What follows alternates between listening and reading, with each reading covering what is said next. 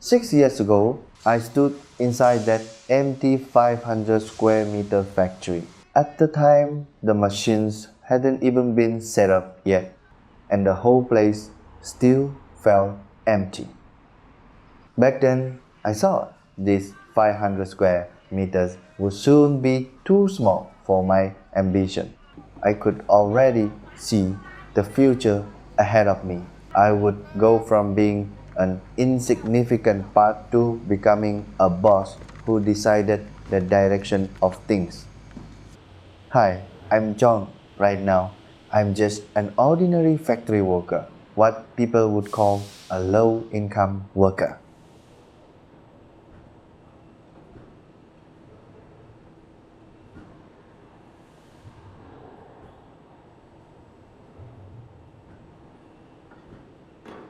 But just a few years ago, I was the boss of a factory. In this episode, I want to talk about how, over the course of 3 years, I slowly lost the 300,000 I had spent 6 years saving up and eventually had no choice but to return to the factory and back to the assembly line.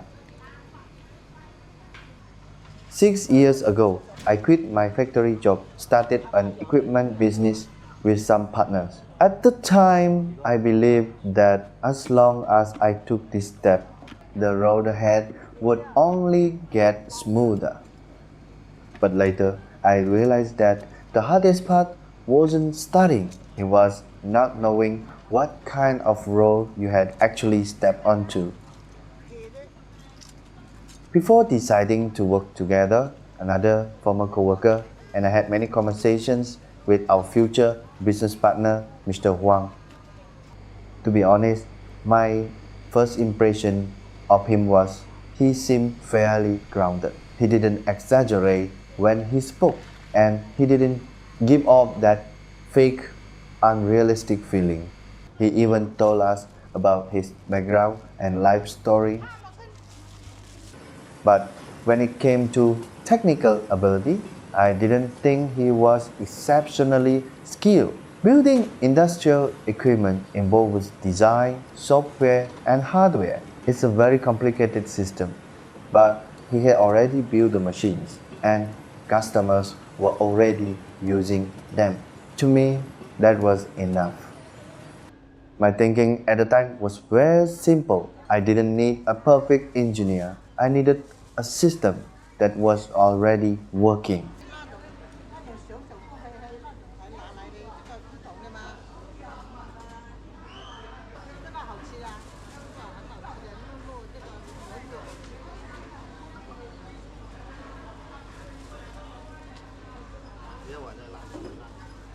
Because in my mind, the hardest part of starting a business wasn't the technology.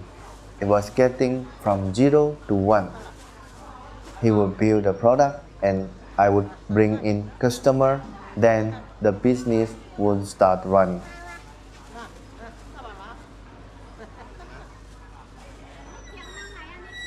Looking back now, my judgment stopped at one thing. He could make it work. At the time, I seriously underestimated one very important thing, the difficulty of the technology itself. And I never imagined that once you cross into a different industry, the level of difficulty could become completely different.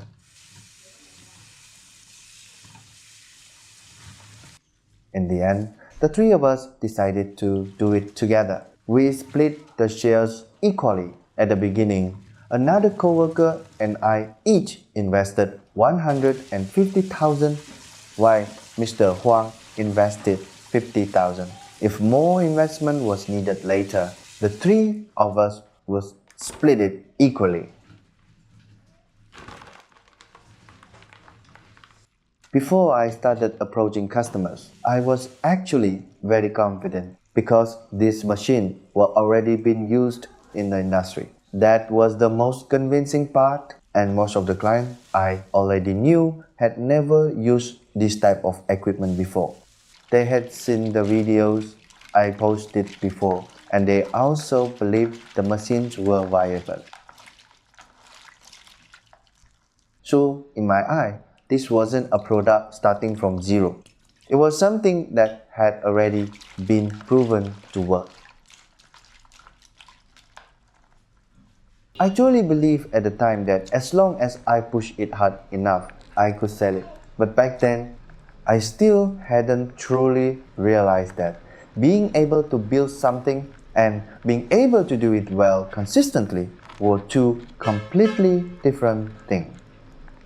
After the company was established, I started aggressively reaching out to all the clients I knew, sending videos, making phone calls, visiting in person, taking people out for meals, drinking, talking. I thought that as long as I worked hard enough, orders would come soon.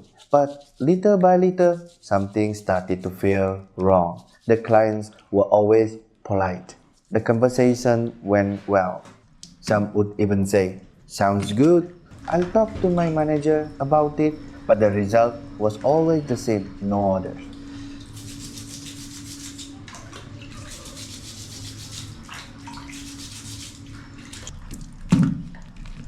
By the end of 2019, I had nothing to show for it. That was when the pressure slowly started building. Of the initial 350,000 we invested, half of it was already gone. Renovation, equipment, networking expenses, food and hotels. Honestly, this kind of business networking cost far more money and drained me far more than I had imagined. During the day, I would visit clients. At night, I would drink and have dinner with them. Then I would return to the hotel alone. I remember one time I got extremely drunk. A client helped me into a car and I went back to the hotel alone. The next morning, when I woke up, I realized the hotel room door had been left open all night.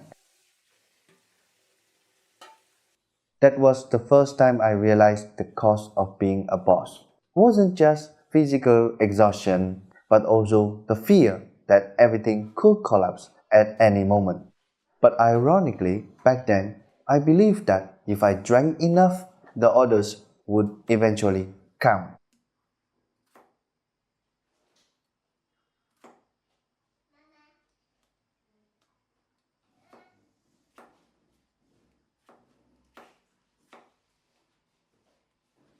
On the last day of 2019, the three of us sat together. Nobody said much, but deep down, we all knew one thing.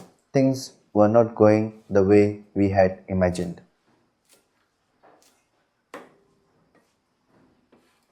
At the time, we were still thinking maybe in 2020 we should try entering different industries. But what we didn't know was the real problem was never the industry itself. We originally thought that if we switch industries, business would slowly improve. But before we could even find a new direction, the pandemic arrived first. In 2020, during the pandemic, you had to wear a mask everywhere you went. Many roads and areas were blocked off, and people were full of fear and uncertainty. I remember during that time watching the money in the company account slowly disappear day by day, while no new money was coming in. That feeling wasn't exactly anxiety. It felt like my heart was slowly sinking day by day. In order to survive, we started desperately searching for opportunities. As long as there was a project, we would say we could do it and take it first, then figure it out later. At that point, we no longer cared about industries or whether we were truly qualified or not. We only had one thought: survive first. In the first half of 2020, we took on a lot of projects. They came from all kinds of industry. On the surface, we looked very busy and there were always people working in the shop. But problems quickly started appearing because we weren't familiar with many of these industries. Almost every project, from design to testing, required constant rework. Some machines looked perfectly fine inside our factory, but started having problems the moment they reached the customer site. After sales issues began piling up one after another.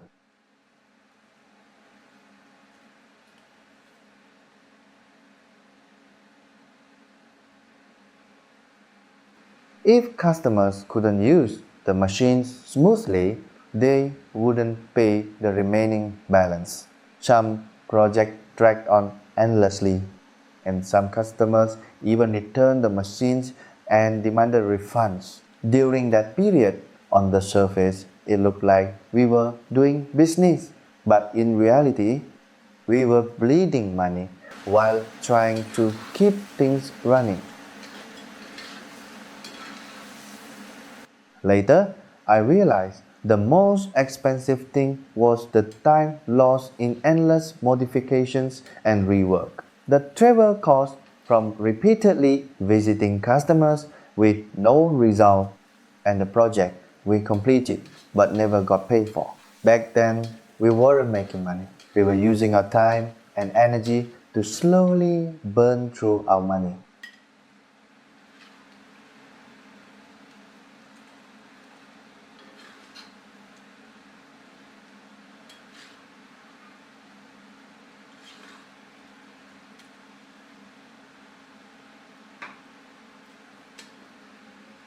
Our initial funding ran out very quickly. The three of us each invested another 100,000.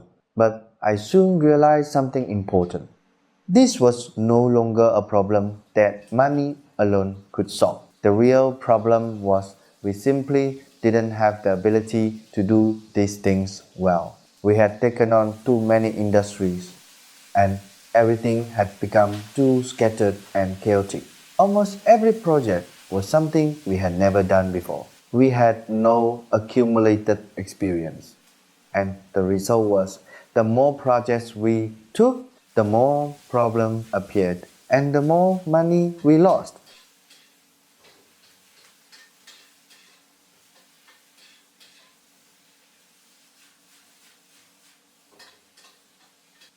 That was when I slowly began to understand something. A lack of professionalism was the beginning of every nightmare.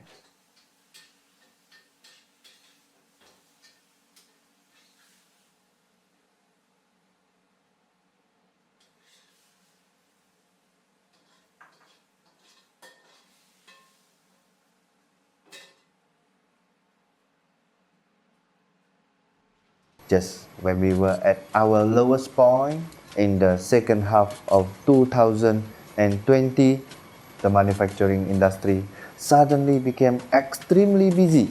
There were chip shortages everywhere, electronic components were in short supply, and many customers suddenly saw their orders explode.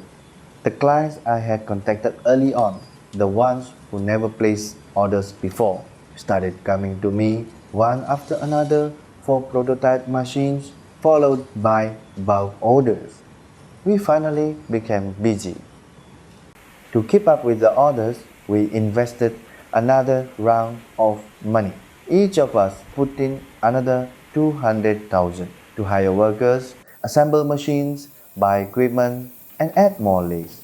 In order to move faster, many parts were no longer outsourced. We started making and modifying the parts ourselves. At the time, I truly felt that we were back on track again. Every day, I stayed in the workshop, assembling machines, testing them, and helping solve problems. I traveled less for business trips, and my role shifted from finding order to desperately trying to deliver order. We were very busy, but it was the kind of busy that made you feel secure. This kind of prosperity lasted for more than a year. By the second half of 2021, we finally stopped to calculate the numbers. The result was cold and disappointing. During our busiest period, we could produce around a dozen machines a month. On the surface, we made close to 1 million in gross profit that year.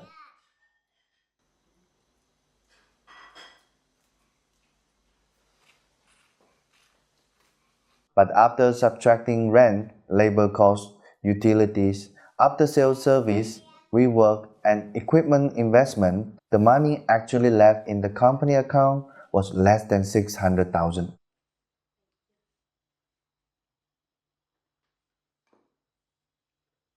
That 600,000 left on the books that year, we didn't dare take a single cent from it because future orders, after sales, costs, and equipment investments meant that money couldn't be touched at all. If I tried to save that amount of money with my current factory salary, I would probably have to work 5 or 6 years without spending anything.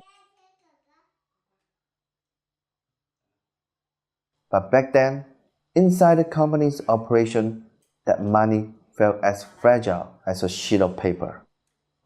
After that wave of business passed, orders started decreasing, and the new project still weren't going well. I kept asking myself over and over again, was this path really something we could continue on? But another voice inside me kept saying, we've already invested so much. Just hold on a little longer. Maybe things will get better.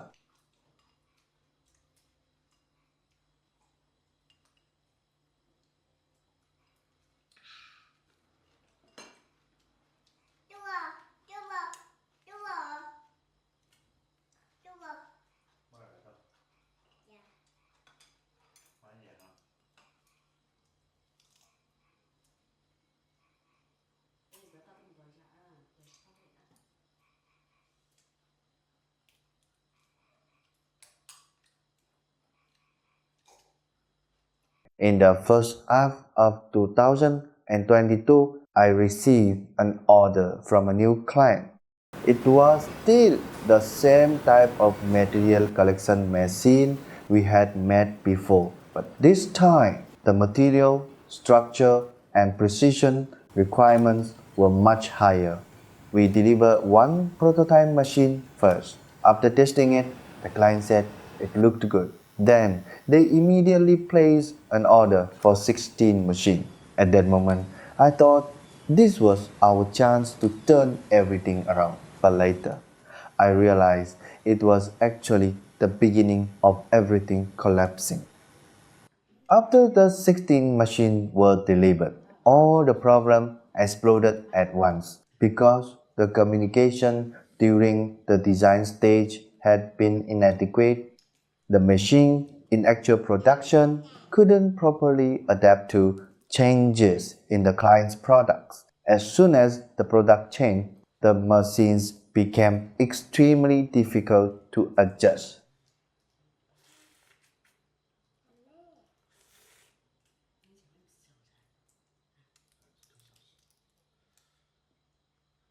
The client was very direct. If the problem weren't solved, they would not pay the remaining 60% of the payment.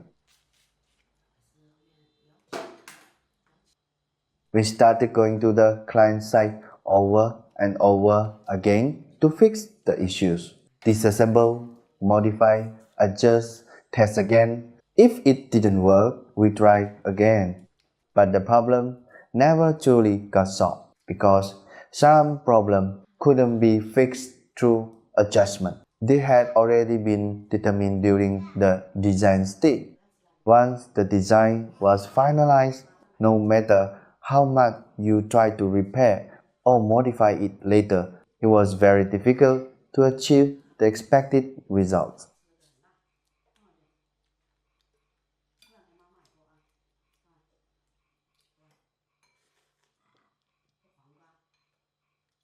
During that time, I was stuck between the company and the client. The client kept calling, asking for progress updates and results. But on our side, we didn't have a clear solution at all. Every time I had to communicate with them, I didn't even know how to explain the situation anymore. This back and forth struggle lasted for about half a year. I went to the client's factory again and again, and every time I went there, I would see those 16 machines sitting in the corner, completely unused, covered in dust, layer after layer. One time, I stood there looking at that entire row of machines and suddenly realized something very clearly. This was no longer a problem with just one machine. It was that our overall capability simply wasn't enough for this kind of technically demanding project. At that moment, my heart completely sank. In the end, we never received the remaining payment. For the client, it was a loss, but for us, it was a devastating blow. Later, I finally understood that the biggest mistake I made during this business venture was underestimating the difficulty of the technology. I thought that as long as someone could build it, we could copy it, improve it, and sell it again. But reality was different. The truly difficult part was not making it work once, but doing it well consistently over the long term. And beyond that, being able to continuously adapt and adjust between different clients and different products. Eventually, I left the business. Altogether, I invested a total of 450,000. As for why my actual loss ended up being 300,000, I'll explain that in the next episode. In the eyes of many successful people, 300,000 might just be the price of a car or a toy. But for me, as a working class factory worker, it was everything I had saved after working day and night in factories for 5 or 6 years. I had no backup plan and no financial support from family. The moment that money was gone, I didn't just lose the company, I lost everything I had built over the previous 6 years.